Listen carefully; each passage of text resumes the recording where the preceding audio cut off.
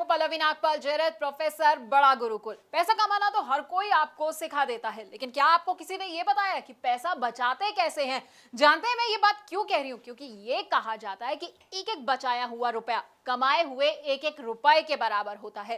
इसलिए पैसे कमाने के साथ साथ ये बहुत जरूरी है कि पैसे को बचाया कैसे जाए। इसलिए तो हम आपको बताएंगे कि कैसे आप पैसे बचा सकते हैं और उसे निवेश कर सकते हैं। अब कभी किसी के घर पे शादी होती है, कभी उसे घर भी खरीदना होता है, तो ऐसे में ना आपको समझ नहीं आता होगा कि भाई मैं पैसा कहां से निकालूं। तो घबराए नहीं, क्योंकि हम आपको ये भी बताएंगे कि किस लक्ष्य के लिए आप कैसे पैसा बचा सकते हैं, तो आपके लिए कहां निवेश करना सही होगा। इन टिप्स के साथ हमने आपके लिए बहुत ही खास कोर्स बनाया है। इसमें हम आपको बताएंगे कि आखिरकार गोल बेस्ड फाइनेंशियल प्लानिंग क्या होती है। अब आप सोचेंगे कि भाई सेविंग और इन्वेस्टमेंट तो मैं करता ही रहता हूं, लेकिन आपको पता है सेविंग और इन्वेस्टमेंट में ना बड़ा अंतर होता है। तो ये अंतर क्या होता है ये भी हम आपको बताएंगे।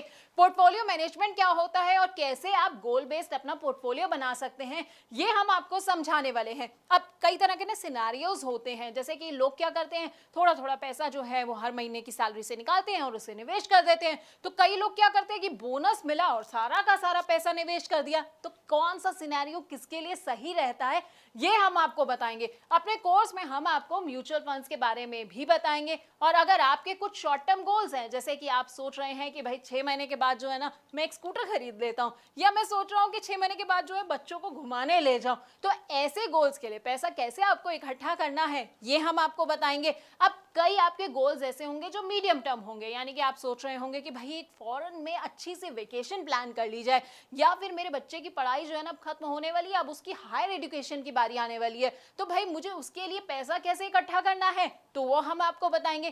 कौन कौन से म्यूचुअल फंड्स जो आप ऐसे में चुन सकते हैं, हाइब्रिड फंड्स ले सकते हैं, बैलेंस एडवांटेज फंड ले सकते हैं। लेकिन अब आप ये सोच रहे होंगे भाई ये सारे फंड्स कौन से होते हैं, तो हम आपको ना इन तमाम फंड्स के बारे में बड़े अच्छे से बताने वाले हैं। उसके अलावा हमारी जिंदगी का जो सबसे बड़ा और सबसे लंबा गोल होता है ना रिटायरमेंट प्लानिंग का, वो आप कैसे कर सकते हैं। म्यूचुअल फंड्स के जरिए अपनी रिटायरमेंट प्लानिंग आप कैसे कर सकते हैं, कौन कौन से फंड्स आप चुन सकते हैं, ब्लू चिप फंड कौन से होते हैं, मिड कैप फंड कौन सा होते हैं, या स्मॉल कैप फंड्स जो हैं वो आपके लिए कैसे फायदेमंद हो सकते हैं, तो हम आपको बताएंगे। इसके अलावा ना निवेश के बड़े सारे और भी इंस्ट्रूमेंट्स होते हैं। अब जैसे पीपीएफ होता है, नाम तो सुना होगा आपने, एनपीएस होता है, एलआईसी के प्लान के बारे में तो हर कोई जानता है, और इक्विटी और डेट इंस्ट्रूमेंट्स के बारे में तो हर कोई जो है वो पूरा अच्छे से समझता आया है। लेकिन इनमें से आपके लिए कौन सा प्लान सही रहेगा ये शायद आप नहीं जानते होंगे। तो हम आपको ना अपने कोर्स में इन तमाम प्लान्स के बारे में अच्छे से जानकारी भी देने वाले हैं। और अगर आप रिटायर हो चुके हैं और आप सोच रहे हैं कि भाई मुझे तो बड़ा सारा रिटायरमेंट के बाद जो है ना पैसा मिल गया है, अब इसे मैं कहां पर निवेश करूं, तो बस आपको टेंशन नहीं लेनी है, क्योंकि हम आपको ये भी बताएंगे कि रिटायरमेंट के बाद आप कहां निवेश कर सकते हैं।